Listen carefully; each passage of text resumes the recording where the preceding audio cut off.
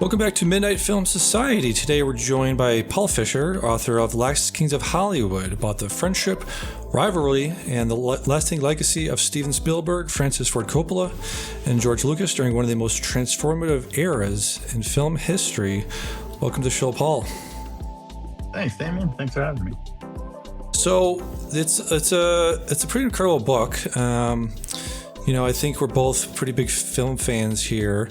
At what point did you sort of look at this era and look at these people and say, there's a story here that hasn't been told? And I think your perspective coming away from the book was all these guys were living together and working together at the exact same time. And I think a lot of people know their story separately, but did you sort of see their careers and see their lives and see their aspirations and what they were working towards as a cohesive narrative and pulling all those guys together and saying, hey, this is actually one story, not three separate stories?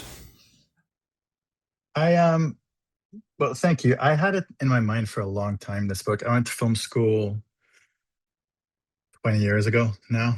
And I remember, obviously, I was born in the mid 80s of a generation where these guys in this generation of filmmakers are kind of the pantheon of filmmakers you aspire to be like.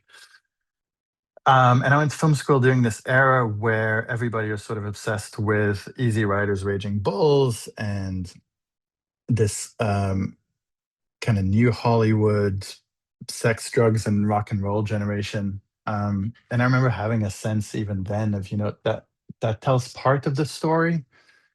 But these three guys, particularly, who were kind of the most financially successful and the most transformative in terms of their influence, were very kind of not sex, drugs, and rock and roll guys. Yeah. They were very much kind of like watch movies, make movies, talk about movies guys. And it felt like that narrative of the decade that kind of goes from Easy Riders and Bonnie and Clyde all the way to kind of Heaven's Gate, and the sense of, crazy young lunatics taking over the asylum didn't feel like it told the story. And then I also kind of, in parallel to that, what was going on in my mind was I really love books about generations of artists. I love, as a writer, reading about, Hemingway and Fitzgerald and Pound and all those guys kind of working at the same time, Gertrude Stein, all those people. Love reading about generation of painters or artists and how they influence each other. And film history is rarely written that way. Yeah. It's written in either kind of big, sprawling, scandalous cultural history or individual biographies. And those two kind of thoughts came together with really, I guess, originally this interest in Coppola and Lucas and starting American Zoetrope in San Francisco, and this feeling of, oh, I'm in film school and everybody in film school around me has the same chat about, the system's messed up. The system doesn't give us opportunities. The dream is we get a barn or a house or something somewhere. Yeah. And we make films in this kind of European way where, like, we all live together and you edit my films and I read your scripts and we collaborate together and we come in. And it was kind of realizing, oh, these two guys did that. And they became Francis Ford Coppola and George Lucas. Yeah. So what if I sort of reframe this history and it's focused on kind of these friends and this generation and this idea of they weren't just young lunatics taking over the asylum. There were young guys with a very universal but also specific plan for setting up a system of their own. And that felt like it would give me a way to get into them as people, to talk about the ways they influenced each other, which is, you can't really talk about any individual one of them without talking about that. And also really show that the ways the industry changed was because of stuff they came up with and set out to do, as opposed to stuff they kind of stumbled into or that other people extracted from work but they didn't foresee.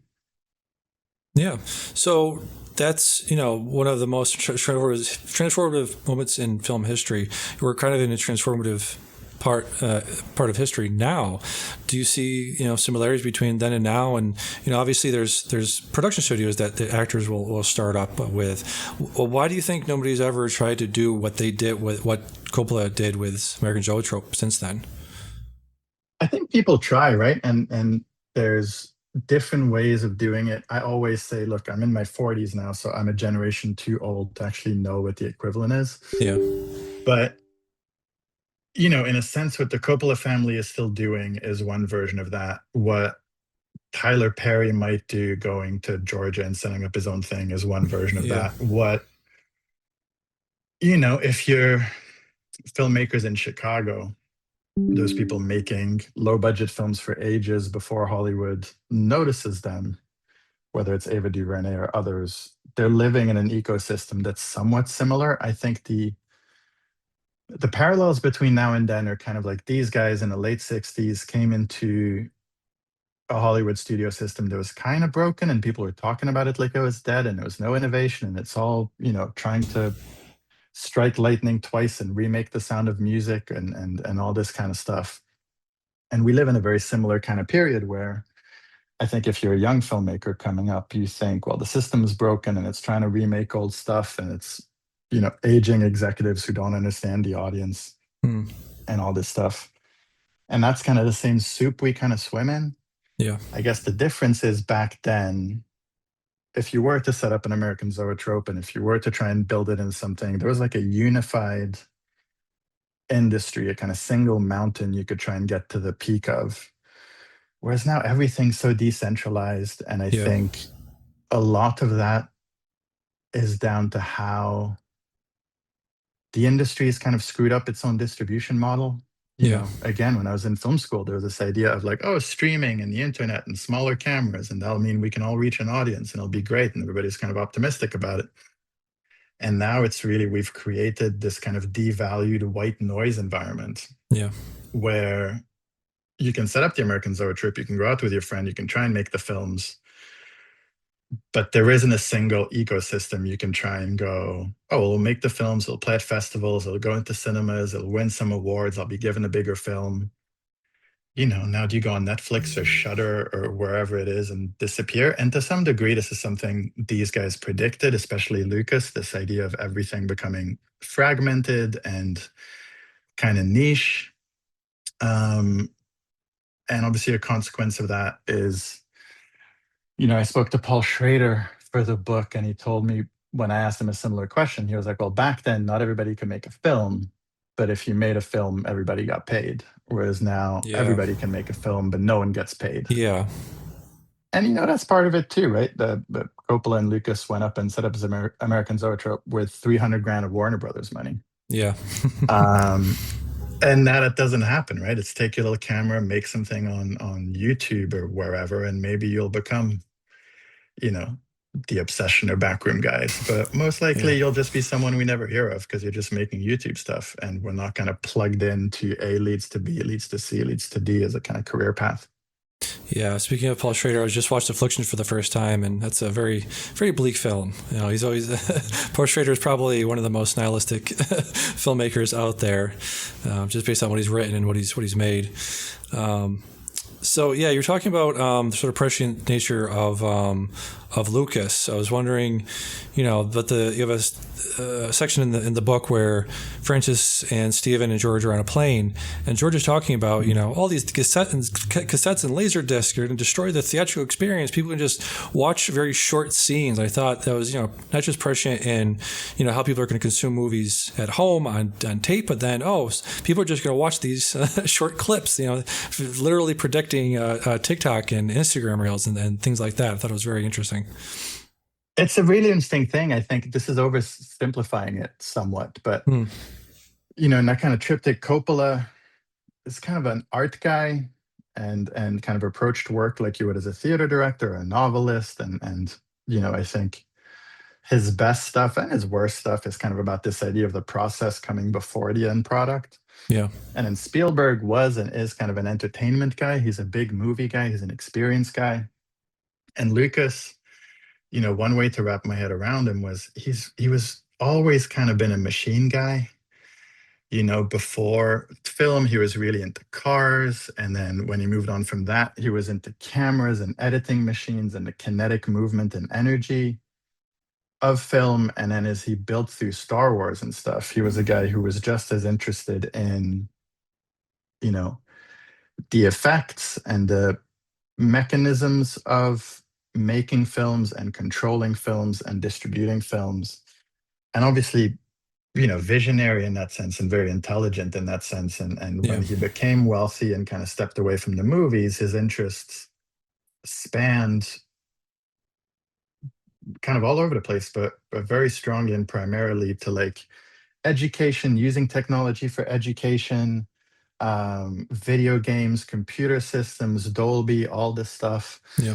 And obviously, because he was intelligent visionary about it, he really, really early on had this sense. The other guys kind of had this sense of, oh, we can get 60 millimeter cameras or portable 35 millimeter cameras and editing beds we can have in this warehouse. And so that liberates us as filmmakers. And Lucas kind of, well, there's two parts to it. Kind of he could see, oh, well, that will also impact distribution. And he could see a future where that moves away from the cinema experience to, discs and screens and digital stuff. And very early on, he was like, as you say, we'll get films that you can just beam into your home. Yeah. He likened it almost to like a straw where you can just suck it up into yourself. And that was one part of it. And then the other part of it that's even more fascinating to me um, is he was in tune, maybe even unaware he was in tune with the social kind of cultural aspect of what that would mean. Like Yeah. he was a guy who did not enjoy directing, did not enjoy being around other people, did not enjoy the kind of collective social aspect of filmmaking, did not enjoy one of the things Coppola seems to enjoy, which is this thing of you have a vision, you set out to make it, and it becomes something else. Lucas hated that and Mm. felt more like, well, you have a vision, and then the process is about trying to create that as precisely as possible. And so, as well as seeing how the technology would evolve, he was also in tune with the things that would drive that technology in the sense that, when he came out a couple of weeks ago going, oh, AI is the future, don't fight it. That's how films are going to get made. Yeah. There's a young George Lucas who's like, well, that's a dream. I don't have to speak to anybody. I can just generate actors and generate backdrops and generate everything. And I don't have to go beg for money and I don't have to negotiate with a performance. And the ideal process is whatever's in my head I get. That was also something that he felt and knew a part of our culture would want that Yeah. as well. And so that's interesting. It's not just he saw the machine part of it coming, but he saw what the pitch would be for it, what the imagined need for it would be. Yeah, it's really, really forward thinking. Another part of the book that I really liked how you sort of have this overarching narrative of, especially George Lucas and Coppola, less so with Spielberg, about how they slowly became the thing they hated the most. They became, George almost becomes like Anakin transforming into Vader. Especially with Empire, him and Empire and Francis on One from the Heart. They both the directors wanted this extreme amount of critic control. One part that I really resonated with, because I love Wim Wenders as a director, just as a person, I felt very bad for him because he'd come on, to Coppola. Coppola, said, "Okay, I'll let you make the movie as much as you want," and Wim sort of believed him. But then, sort of over time, Coppola put more and more control down on him. Very much. Did you, when you're going through this, you obviously have a much broader perspective on it, of 2020 hindsight and all of that. Was it as heartbreaking for you? Was it as surprising for you? Going through the years, you're just like, okay, I can see how this is going to turn out. Doing the research in the moment, did you see where it was headed from the beginning, or was it even a mystery to you? It was a mystery to some degree in the sense that you try and remain open to things. Yeah. Um, so you don't kind of put your assumptions onto it. And, both of them kind of came with questions in the sense that Coppola, he has this run where he makes some of the greatest films ever, kind of back to back to back. Yeah. And then he becomes a guy who's almost a figure of ridicule because he makes these films that really aren't that great. And there's this kind of shorthand of like, oh, well, he needed the money and he was in debt and, he just took whatever was offered him. But that posed the question of what makes a genius? Like if he's offered The Godfather and he only takes it because he needs the money and then he turns it into a masterpiece, Yeah. how can he not replicate that later on? How does that person become that person? And then Lucas, obviously, he makes these films, he creates Star Wars, and then he stops making films and he keeps claiming he one day will go back to making little films like THX, but he doesn't. And some of his friends would go, oh, that was a lie the whole time, and he never wanted to make more films, and he's comfortable not making films. And so with both of them, you kind of start with questions, and then you try and figure out how that kind of transformation happens. And for me, doing the research, I think there was a moment when zeroing in on the late 60s when they meet, where you go, oh, okay, these young guys are the opposite of what we think of them Hmm. when they start in this kind of time period, right? We think of George Lucas a certain way because of Star Wars, because of the money, because of the prequels, because of the museum, because of all this stuff. Yeah.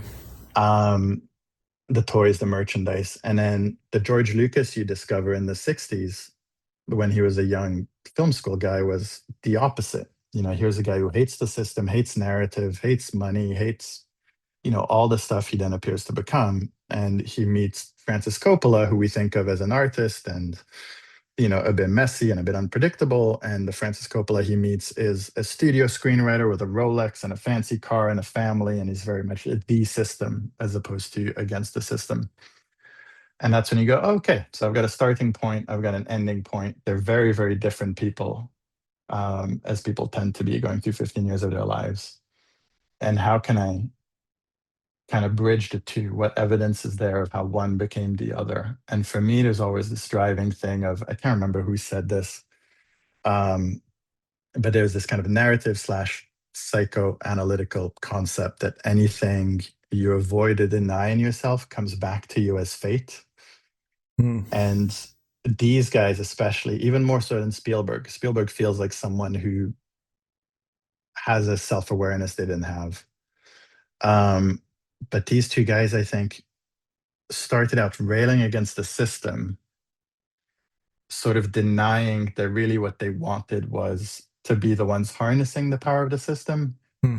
And so, they start out going, a film belongs to the filmmaker. You should get no notes from nobody. It should be about freedom and so on. And the second they get the influence and the freedom required, they become Irving Thalberg. They become producers over your shoulder going, you know, Vim, I don't like the script. We're stopping the film. Or Hmm. Lucas going, Star Wars is mine and I pay the bills. Even though you're the director, I make the decisions. Um, and you try not to impose any conclusions on that. But the fascinating stuff for me was this idea of, I think that's how systems endure in a way. Like even if they don't make money or make good stuff, they're appealing to the people who have something in them that is open to being changed or transformed by the perks and privileges that the system gives them. Um, and I think that happened to both of them. They were kind of like, we hate being Louis B. Mayer. And then the second they had incentive to be Louis B. Mayer, they're like, oh, we're Louis B. Mayer now. Yeah, while reading the book, I couldn't help but think about one of my favorite, made for TV movies, but just stories in general. Again, about entrepreneurs, about men who go into this men of industry, who go in with goodwill and good intentions, and eventually get corrupted by that system, which is the story of Steve Jobs and Bill Gates and the Pirates of Silicon Valley. And I've thought about that story a lot while reading this book. Do you think that the system itself of greed, of capitalism, of industry, just naturally creates sucks in these people like this with entrepreneurship and with grand vision, and will always make anybody like this, or is this particularly specific to gentlemen like this? No, I think it's true across the board, right? And you can think of these two guys in American Zoetrope as Silicon Valley guys, right? Yeah. They're young men harnessing technology, go up to the Bay, and they start a startup company that's going to disrupt an industry. That's the Tesla, Uber, Apple thing. They just did it with movies, and so it's very much the same kind of thinking. And I think, as Walter Murch says in the book, there is a very consistent pattern with these things where what starts as a revolution then gets absorbed into the system. and gets monetized by the system. And that happened with these guys. And, it always takes 10, 15 years. And they invented a way of making films and a kind of film to make and a way to distribute them and an audience to speak to, that then the Hollywood system went, great, we're going to try and do exactly that same thing. But obviously, we want to hold on to the power. So we're going to cut the director out because we don't want to share that kind of power. Hmm. So that always kind of happens. Yeah. I think in film, I guess like many capitalist enterprises, but film, particularly, it's a competitive sort of thing. And I think as a filmmaker, a studio can weather several years of something, producers can weather several films of something. Directors, you tend to live or die by the last thing. And so it's sort of natural, I think, if you're one of these guys to go, well, I want to go into that other mode. I want to go to that thing where I'm not living and dying by whether I've made a bomb last time or something didn't work out. Hmm. I want to be more like the system because the system endures. The system's too big to fail, whereas my little entrepreneurial startup is little. And Yeah. so, that feels like a natural evolution. It does, unfortunately. I want to pivot to, I was wondering if I could read a passage from your book. So one of the things that really drew me in was your ability to draw the reader in, paint a picture, make him feel like you're there.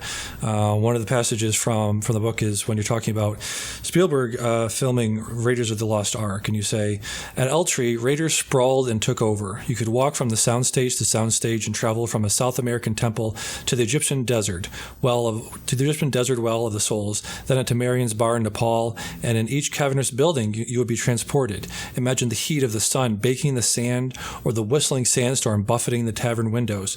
Craftsmanship and illusion so precise and detailed, the whipping English rain along the estuary paths faded away as if dimmed down on one of Walter Murch's mixing dials. So I thought, just in addition to being a really amazing narrative that you constructed together, really amazing, well written in terms of putting the reader in those deserts and in those places that they shot. Thank you. Yeah. Thank you. Yeah. Was that part of writing the book? Was that like things you naturally included as you're writing it? Was that stuff that in the editing process you found, okay, these are really visceral places. These are hard places to film. I want the reader to feel like they're actually there. Was that part of the was that a conscious approach to writing the book, to put the reader in the places where they were filmed? Yeah, I think that's the whole point for me. Like, I Yeah. want it to be experiential and to feel like you're going through it with the people going through it. Yeah. And like an overarching thing with those things is like movie magic or the magic of making films. It's hard to write it to where it feels as magical as it is when it actually happens or when you're on the film set. Hmm. Um, in that passage, I research everything kind of like a lunatic. I get floor plans and I get plans of the studios and I read all the stuff. And so I can try and figure out what it's like to be there. And partly it's to convey that experiential side of thing. And partly it's also so I don't just repeat stuff I've heard secondhand without actually verifying if I can kind of fit it in with the way it happened. But I remember when I was quite young, I had a couple of days as a PA on Indiana Jones and the Kingdom of the Crystal Skull. And I remember they were out at Downey Studios, which is an old airfield outside LA. And they had this gigantic hangar, like a giant soundstage. And it was a more concentrated version of this. It was like you walked in, and to the left was the warehouse with all the crates from the end of Raiders, and kind of straight ahead with the green screen and the jungle and the jeeps that Shia and Cape Blanchett have the sword fight on. Yeah. And to the right was the temple bits, I think both from that kind of beginning sequence with the kind of blow weapon thingies and from the end when they get into that final temple. And it was all in this place in one spot. And it was all kind of explained to us. It's kind of like, well, Steven might feel like doing X, Y, or Z any which day. But each of these things felt so believable within this place. And I think the thing I kept finding about Spielberg, especially, was that creation of fantasy and that power of fantasy and that control over a reality that otherwise can be overwhelming or terrifying was so central to the thing he was trying to do. That trying to write it experiential meant, okay, if I'm trying to write about the movies and the power of the movies, I've got to write about um, not just the power of the end product, but the power of the experience of being there, of creating that kind of spell over people. Um, and nothing else really matters, right? Like if you think The Godfather is dark and boring, if I read 15 pages about how great it is, I'm not going to convince you. If you think Star Wars is for kids, I'm not going to convince you. Whereas, regardless of that, if I can write about if you're a crew member and you walk on these places or what it's like to be there every day or what the process is like, then that is what the lives of the people involved are like. And again, I think that's something biographers, we writers get wrong sometimes. You'll write a biography of someone and we kind of treat it like the important bits are the box office numbers and the premieres and the red carpet bits, whereas the bulk of life and experience is walking from soundstage to soundstage or trying to come up with the thing at your typewriter or working with the same crew members and partners over time and all those things. So those are the things I wanted to capture as vividly as possible. And then also making an assumption that I don't know who my reader is, right? My reader could be you or I. We've grown up with those films and all that stuff. My reader could be someone who remembers the time before when these guys weren't these guys. And my reader could be a teenager who not only has not seen these films, but some of the shorthand, like Star Wars or Jurassic Park, has different connotations to them, or who maybe even isn't that familiar with the concept of shooting physical film and editing it with scissors and glue, or being on a soundstage as opposed to, you know, a big Marvel LED green screen box and you just put in everything later. So it's trying to make stuff feel like you were there, Yeah. regardless of where you came into it as a reader. Yeah, I think you do a very good job of that. I think I was just watching a lot of Thank you. behind the scenes of Spielberg movies, and I think Nolan is the type of guy that's really picking up that mantle of doing everything practically. I don't know if you've seen Odyssey yet, but I've just watched it for the third time, and I do feel like we're in pretty good hands with Nolan. We could probably use a few more like him. I know Villeneuve is probably up there as well, but just in terms of being a director that makes movies, the four quadrant movie, as they say, but really, really well made. I think people poo-poo the four quadrant movie, but I think Spielberg made incredible movies under those circumstances, and I think Nolan is probably. You think Nolan is probably the precursor or the next guy after Spielberg in his generation? Yeah, I love the Odyssey. I'm always hit and miss on Nolan films, but I Yeah, love the Odyssey. yeah, And it is that you need a certain degree of scale and scope to be able to make these big films. But you also need to be a great filmmaker. You also need to be a very kind of individual filmmaker. And you also need, I think, to have, as you say, an appreciation for craft. I think there's an ability now to do anything with a camera and kind of murky, expensive CGI that we don't really care to watch. It doesn't feel special. Whereas the craft feels special because craft is earned. Um, and I think that is rare, and I think that is something that kind of sets Spielberg apart, and even does any Steven Spielberg film that comes out now, we forget about them because they're not Spider-Man or something else. But you watch them and you go, "This is brilliant. This guy's still a genius."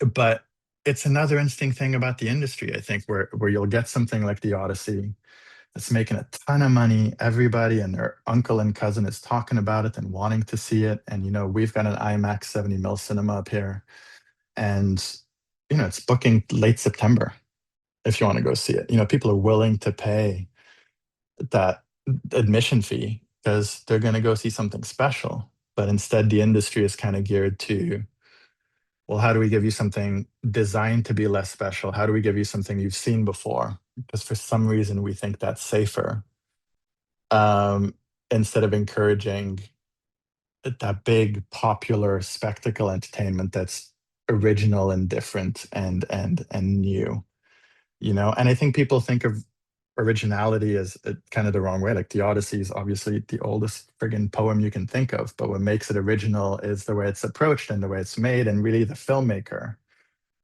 Um, and I think we kind of live in an age where the people with the money and the people with the cinemas and the people with the green light power sort of hate filmmakers. You know, they sort of see filmmakers as a risk as opposed to filmmakers as like the only conduit to making something worthwhile that a giant audience is going to love. Yeah, yeah. There's a part in your book you talked about. I think it was Unite Artists charged a premium $5 for Apocalypse Now on large format back then. It was something like that. Yeah. You're talking about how they were releasing Apocalypse Now, and Coppola wanted it to be seen on the largest format possible.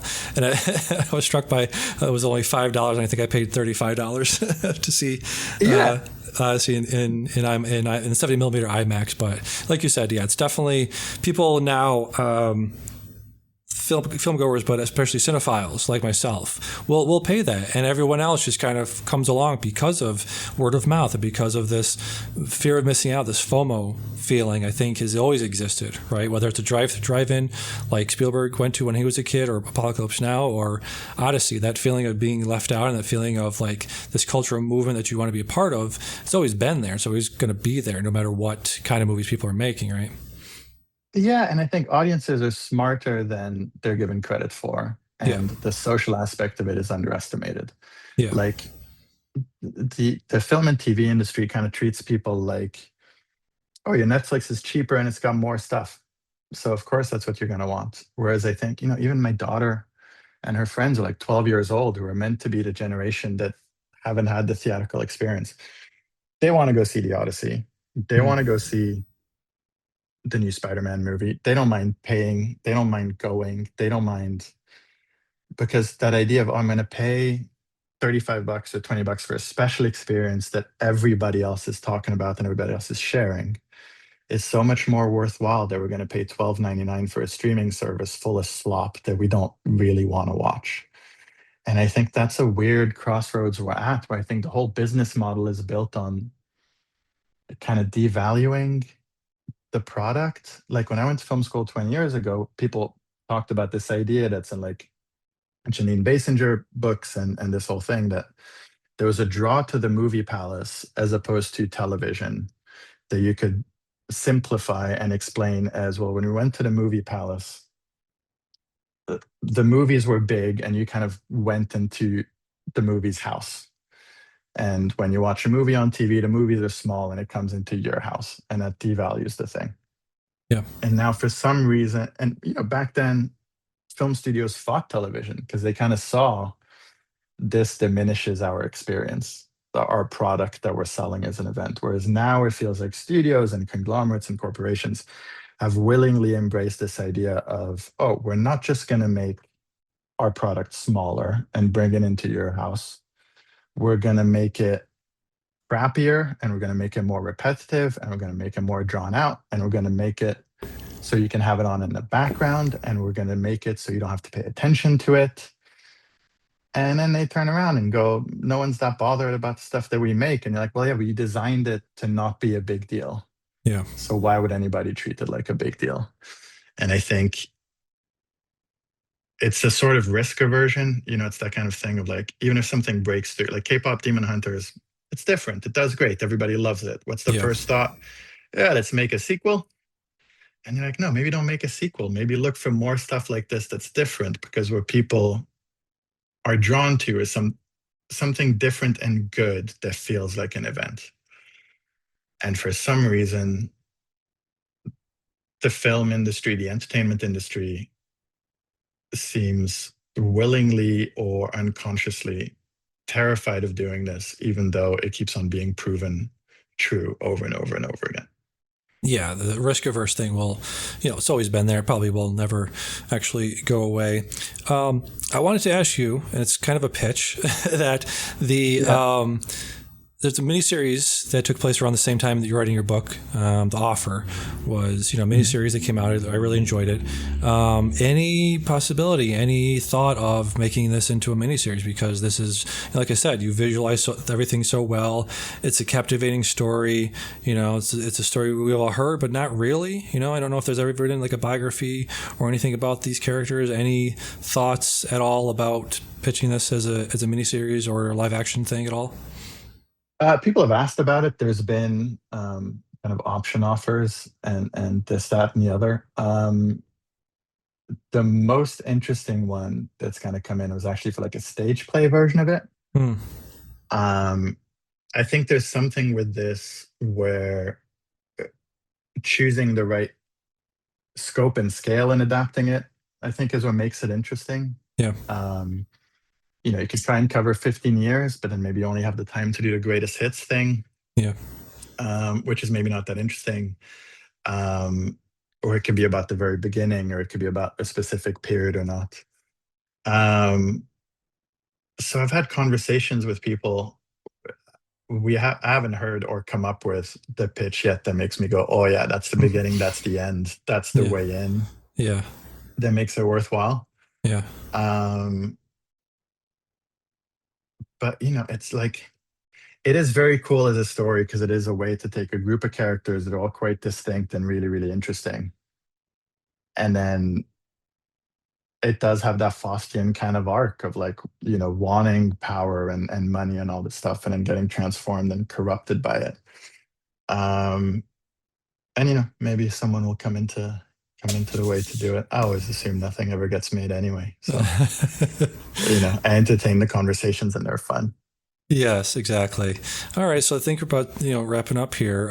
Yeah, really enjoyed the book. Obviously, I have it here, right there, in hardback. Yeah, really, really, really well written and all that. Paul's book, The Last Kings of Hollywood, out now wherever you get your books. Paul, thanks for doing the show. Thanks so much for having me. I like chatting.